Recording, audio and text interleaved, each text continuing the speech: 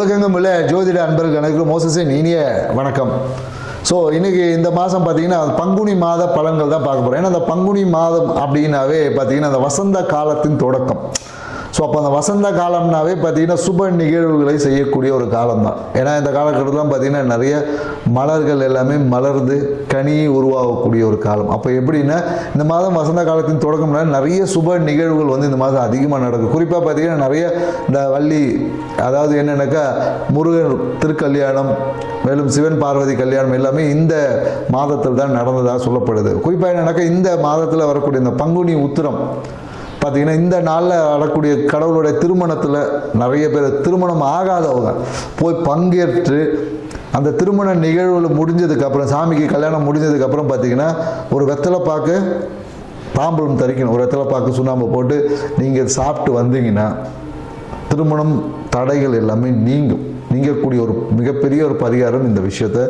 திருமணத்துக்காக காத்திருக்கவங்க, திருமணம் நடக்கலை, கிரக தோஷம் அந்த தோஷம் ஏதாவது சொல்லிட்டு இருப்பாங்க இல்லையா, ஸோ அதை எல்லாமே நீங்கி திருமணத்திற்கான ஒரு வாய்ப்புகளை இந்த பங்குனி உத்திரம் உங்கள் வாழ்க்கையில் ஏற்படுத்தி கொடுக்கும் என்ற ஒரு தகவலுடன் இந்த பங்குனி மாதம் கிரக நகர்வுகளுக்கு ஏற்ற மாதிரி என்ன மாதிரி பலன்கள் இருக்குன்றது 12 ராசிக்கும் நம்ம ஒவ்வொரு ராசியை பார்க்கலாம். வாங்க வீடியோ கொடுக்கலாம்.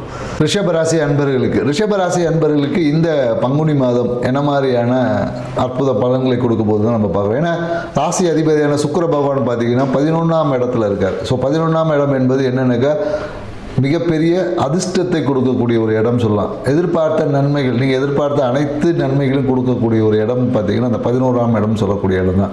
ஸோ இந்த இடத்துல பார்த்தீங்கன்னா சூரியனோட கூட இருக்காது. இப்போ சூரியன் என்பது என்ன சொல்லணும்னா அரசியல்வாதிகளின் தொடர்பு இந்த காலகட்டத்தில் கிடைக்கும் அப்படின்னு சொல்லலாம்.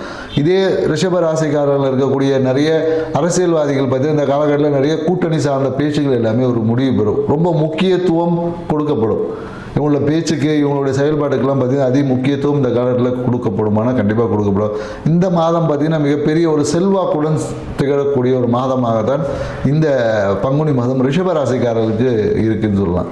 ஸோ அதே போல் என்னக்கா இவங்களுடைய பேச்சு பார்த்திங்கன்னா எப்பொழுதும் தொழில் சார்ந்த பேச்சுகள் இந்த காலத்தில் அதிகமாக இருக்கும். படிக்கக்கூடிய மாணவர்கள் அந்த என்ன பண்ணுவாங்கன்னா ரொம்ப ஒரு படிப்பு நல்லா தான் இருக்குது, இவங்களே அழுத்தமாக ஆக்கிப்பாங்க. என்னென்னாக்கா அவசரமாக படிக்கணும், நைட்டு கண் வச்சு படிக்கிறது, இந்த மாதிரியான நிறைய விஷயங்கள்னால ஃப்ரெண்ட்ஸோடு சேர்ந்து குரூப் ஸ்டடி பண்ணுறேன்னு சொல்லிட்டு நைட்டெல்லாம் தூங்காமல் உட்காந்து அடிக்கிறது, இந்த மாதிரியான விஷயங்களால் இவங்களாகவே அழுத்தத்தை ஏற்படுத்தி கொள்ளக்கூடிய ஒரு வாய்ப்பு. அதனால் என்னென்னாக்கா ரிஷபராசிக்கார மாணவர்கள் படிக்கும் போது என்ன கொஞ்சம் ரிலாக்ஸாகவே படிங்க. இல்லையா அவசரம் வேகம் என்பது இல்லாமல் நல்லா தூக்கத்தை ரொம்ப கொஞ்சம் முக்கியத்துவம். ஏன்னா நீங்கள் தூங்கும் போது தான் நீங்கள் படித்த அந்த விஷயங்கள் எல்லாமே உங்களால் நல்லா ஞாபகம் வச்சுக்கணும். தூங்காமல் படிக்கக்கூடிய மாணவர்கள் பெரும்பாலும் எனக்கு எக்ஸாம்பிள் நிறைய ஞாபகம் வருது, இந்த ப்ரெசன்ஸ் ஆஃப் மைண்ட் எல்லாமே வந்து லாஸ் ஆகிறதுக்கு வாய்ப்புகள் அதிகமாக இருக்குதுன்னு சொல்லி இன்றைய மாடர்ன் சயின்ஸ் வந்து சொல்லிட்டு இருக்கு. ஸோ அதனால் என்னென்னாக்கா படிக்கக்கூடிய மாணவர்கள் கொஞ்சம் தூக்கத்தையும் உணவையும் கொஞ்சம் கவனம் செலுத்தணும். அதே போல் என்னென்னாக்கா இந்த காலத்தில் நீங்கள் ஏதாவது அரசு சார்ந்த விஷயத்தில் எடுக்கக்கூடிய முயற்சிகளை கொஞ்சம் கவனமாக இருக்கும். ஏதாவது ஒரு அரசு சார்ந்த விஷயத்தில் ஒரு ஜாமீன் கையெழுத்து, இல்லை டாக்குமெண்ட் சார்ந்த விஷயம், இல்லை டேக்ஸ், இந்த மாதிரியான ஏதாவது ஒன்று இருந்ததுன்னா பிரச்சனைக்குரியதாக மாறும். இந்த காலகட்டத்தில் என்னென்னாக்கா அரசியல்வாதிகளை பற்றி அவதூறு பேச்சுக்களை பேசக்கூடாது. பேசுனீங்கன்னா அதுவே மிகப்பெரிய பிரச்சனையிடும், உங்களுக்கு கிடைக்க வேண்டிய பெனிஃபிட்ஸ் இல்லாமல் பண்ணும். இந்த காலத்தில் நிறைய பேர் என்ன பண்ணுவாங்கன்னா சும்மா ஏதாவது ஒரு ஓனரை பற்றி கிண்டல் அடிக்கிறது, இல்லை ஓனரை பற்றி ஏதாவது கமெண்ட்ஸ் போகிறது எல்லாம் போடுவாங்க, பார்த்தீங்கன்னா வேலையை விட்டு தூக்கிடுவாங்க. ஸோ அந்த மாதிரியான வாய்ப்புகள் இருக்குது. ஸோ அதனால் அடுத்தவர்களை பேசி கமெண்ட் பண்ணும்போது கொஞ்சம் கவனமாக கமெண்ட் பண்ணணும். ஏன்னா இந்த காலத்தில் குறிப்பாக என்னென்னாக்கா இந்த மீடியா துறையில் யூடியூப்பில் ஏதாவது ஒரு கமெண்ட்ஸ் ப்ளேஸ் பண்ணுறீங்கன்னு அப்படின்னுமோ ரொம்ப கவனமாக பண்ணணும். ஏதோ பை மிஸ்டேக்கில் நீங்கள் தப்பு பண்ணால் கூட இந்த காலத்தில் அதனால் ஏதாவது ஒரு பிரச்சனையை சந்திக்கக்கூடிய வாய்ப்புகள் என்பது இருக்குது. அதே போல் என்னென்னாக்கா தம்பி தங்கை இந்த உறவு எல்லாமே இந்த காலகட்டத்தில் அந்த அளவுக்கு சுமூகமாக இருக்காது.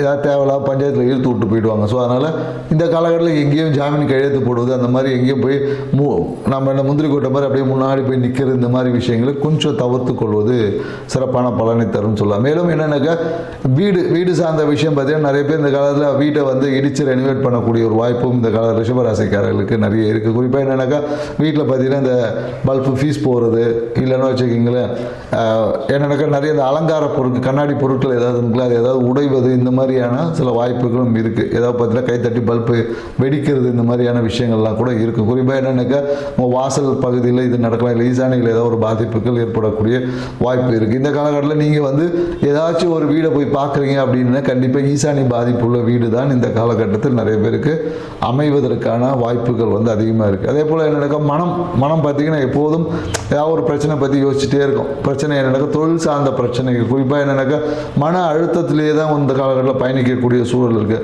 அப்படி மன அழுத்தம் இல்லைன்னா குழந்தைகளோட எதிர்காலம் பற்றின விஷயமா இருக்கும், இல்லை குழந்தைகளுடைய பயணம், குழந்தைகளுக்காக ஏற்பட்ட அந்த உடல் உபாதைகளை பற்றின ஏற்பட்ட அந்த விஷயங்கள், குழந்தைகளுக்கு திடீர்னு பார்த்தீங்கன்னா ஏதாவது ஜுரம் வருது. ஸோ அதனால் பார்த்தீங்கன்னா அதுவே இவங்களுக்கு ஒரு இந்த வேலையை சரியாக செய்ய முடியாமல் போகக்கூடிய அந்த வாய்ப்புகள் எல்லாமே இந்த காலகட்டத்தில் ரிஷபராசிக்காரர்கள் ஏற்படுமானா கண்டிப்பாக ஏற்படுறதுக்கு வாய்ப்பு இருக்குது. அதே போல் நிறைய பேருக்கு இந்த காலத்தில் பார்த்தீங்கன்னா இந்த காலில் பார்த்தீங்கன்னா ட்ரைனஸ் வந்து அதிகமாகும். குறிப்பாக என்னென்னாக்கா இந்த காலத்தில் நீர்த்தன்மையை அதிகமாக உடம்புல வந்து நீர்த்தன்மையை பேலன்ஸ் பண்ணணும். ஊட்டச்சத்து குறைபாடால் நிறைய பேர் காலில் பார்த்தீங்கன்னா இந்த வெயில் காலத்தில் அப்படியே காலெலாம் வெள்ளையாக ஒரு மாதிரி வெடிப்புட்டா மாதிரி இருக்கும், கால் வெடிப்பு வரும்.